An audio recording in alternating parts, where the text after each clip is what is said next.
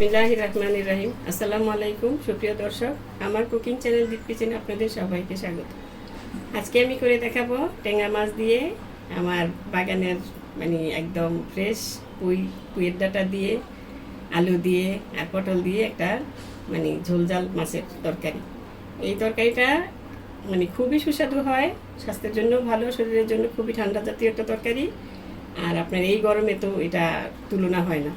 আমি যেভাবে বানাই, চলুন তাহলে রেসিপিটা শুরু করা যাক। আমি আজকে পুঁই শাকের একটা রেসিপি দেখাবো। সেটার জন্য আমার এই যে বাগানে ছোট্ট একটা বারান্দার মধ্যে একটা ছোট্ট টবে লাগিয়েছি আমি। এটা 2-3টা গোড়া পুঁতে রেখেছিলাম, বাজার থেকে আমার ছেলে এনেছিল। সে তখন এই যে 1 মাসের ভিতরে দেখুন কত সুন্দর মাশাআল্লাহ গাছটা হয়েছে। এখন আমি এগুলো কেটে নিব। এই যে এটা কেটে দিবেন, আপনি কয়েকদিন পর খেতে পারবেন। আবার এখান থেকে আবার আপনার পাতা ডগা এগুলি গজাবে। এগুলি এখন আমি এই যে এখন সবগুলি আমি কেটে নিচ্ছি। এগুলি দিয়ে আজকে আমি রেসিপিটা তৈরি করব। এই দেখুন শাকগুলি আমি তুলে নিয়েছি। এখন এই শাকগুলি খেতে যা মজা লাগবে, খুবই ভালো লাগবে। সার ছাড়া ঘরের আমার নিজের বাগানের। এরকম আপনাদের বারান্দা থাকলে আপনারাও বারান্দায় কোনো একটা টবে লাগিয়ে রাখবেন, কয়েকদিন পরই খাওয়া যায়। এরকম কেটে নিয়ে আসবেন, আবার ওটা থেকেই আবার শাক গজাবে। এরকম করে আর লাগিয়ে নিজেরা খেলে খুবই ভালো লাগবে, একদম টাটকা ফ্রেশ যেটাকে বলে।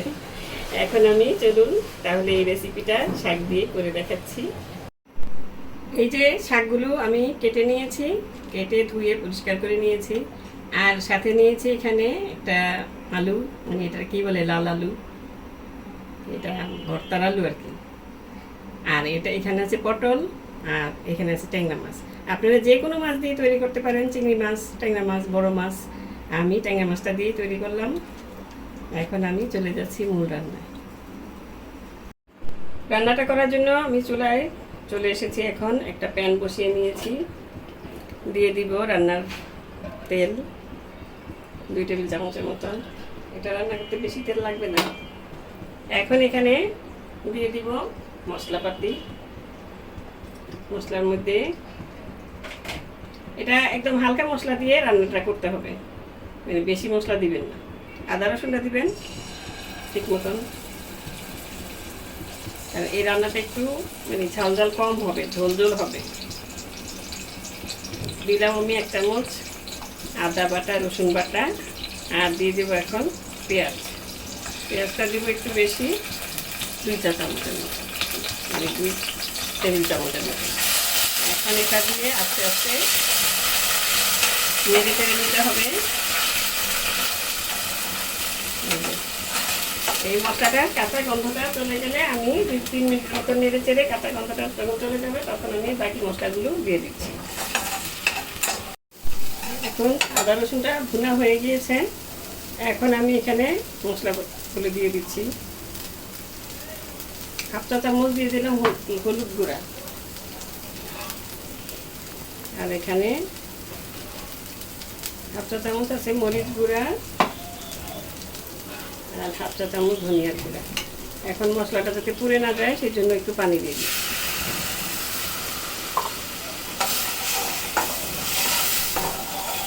এর মধ্যে এখন দিয়ে দিচ্ছি লবণ, স্বাদ মতো লবণ। দিয়ে যার স্বাদ মতন দিয়ে নেবেন। আমি প্রথমে অল্প দিচ্ছি, লাগবে পরে দিয়ে দিই। এখন এখানে দিয়ে দিচ্ছি আর একটু পানি দিলাম, ভালো মতন মশলাটাকে কষানোর জন্য একটু পানিটা বেশি করে দিয়ে ভালো মতন মশলাটা কষিয়ে নেবেন। এখন মশলাটাকে কষাতে হবে। তার আগে আমি এখানে দিয়ে দিচ্ছি একটা তেজপাতার গানটা এই তরকারির মধ্যে খুবই ভালো আসে। আপনারা যদি দিতে না চান দিবেন না, অসুবিধা নেই, কিন্তু গানটা খুবই ভালো আসে, দিলে ভালো হবে। এখন এই মশলাটাকে আমি নেড়ে চেড়ে মিশিয়ে নিয়েছি। এখন ঢাকনা দিয়ে ঢেকে মশলাটা একদম তেল উপরে ওঠা পর্যন্ত কষিয়ে নিতে হবে। এই দেখুন তেলটা প্রায় উপরে উঠে এসেছে। এখন আমি এখানে দিয়ে দিচ্ছি 1/2 চা চামচ জিরার গুঁড়া। এটা দিলাম কেন, জিরার গুঁড়াটা এই মশলার সাথে দিয়ে অনেকে আছেন যে মানে পরে দেন নামানোর আগে দিয়ে ওইটাও দিতে দিবেন, কিন্তু এই টাইমে দিলে আপনার মশলার মধ্যে একটা ভালো সুঘ্রাণ সৃষ্টি হয়, আর মশলার মধ্যে মাছের যত মানে গন্ধ টন্ধ থাকলেও চলে যায়। এখন আমি দিয়ে দিচ্ছি সেই মাছগুলো দিয়েও পাঁচ 5-7 মিনিটের মতন আমি ভালো মতন কষিয়ে নেব। এই যে দেখুন মাছটাকে কষিয়ে নিয়েছি, আমি এখন এই মাছের মধ্যে আরেকটু পানি দিয়ে দিব। তার আগে আমি এই যে আলু পটল কেটে রেখেছিলাম সেটা দিয়ে দিব। এটা দিয়ে একটু কষিয়ে নিতে হবে, শাকটা দিব একদম পরে। এখন বেশি নাড়াচাড়া করলে আবার মাছটা ভেঙে যেতে পারে, সেই জন্যে আমি এই পানিটা দিয়ে দিলাম। এটা দিয়েও একটু কষিয়ে নিতে হবে, মানে আপনি ওটা কষানোর মধ্যেই কিন্তু আপনার রান্নাটা স্বাদের হবে। আর মাছ জাতীয় মাংস জাতীয় যে জিনিস কষানোর মধ্যেই কিন্তু এটা রান্নাটা সুস্বাদু হয় বেশি। এখন এই পানিটুকু দিয়ে আবার মাছ আর তরকারিটা ভালো মতন কষিয়ে যখন ঝোলটা একটু কমে আসবে তখন আমি শাকগুলি দিয়ে দিব। এই দেখুন মাছ তরকারি কষানো হয়ে গিয়েছে, এই পানিটুকু মানে রেখেই আমি শাকটা দিয়ে দিব। এই যে শাকগুলো দেখতে মনে হচ্ছে না যে কাঁচাই খেয়ে ফেলি, এমন লাগছে।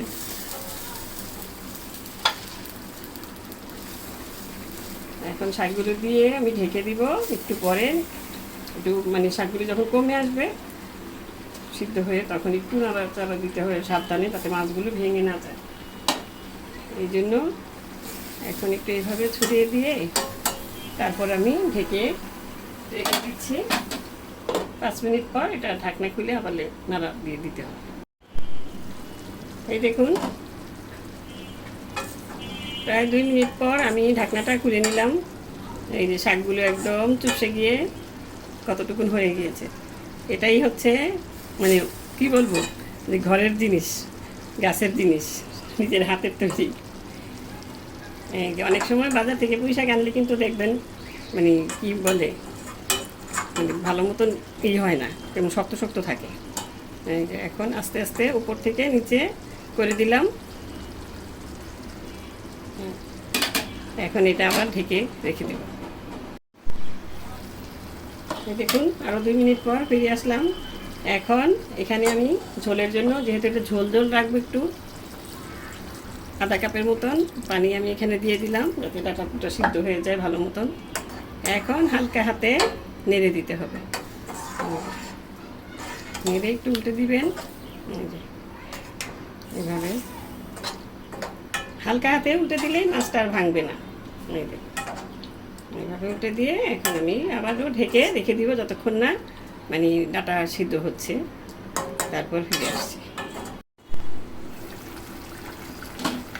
এই দেখুন ফিরে এলাম, এটা প্রায় সিদ্ধ হয়ে গিয়েছে। এই দেখুন ডাঁটাটা একদম গলে গিয়েছে।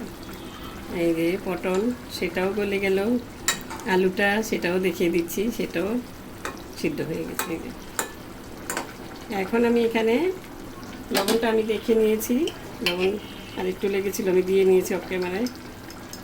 এখন এখানে দিয়ে দিচ্ছি আরও একটু জিরার গুঁড়া।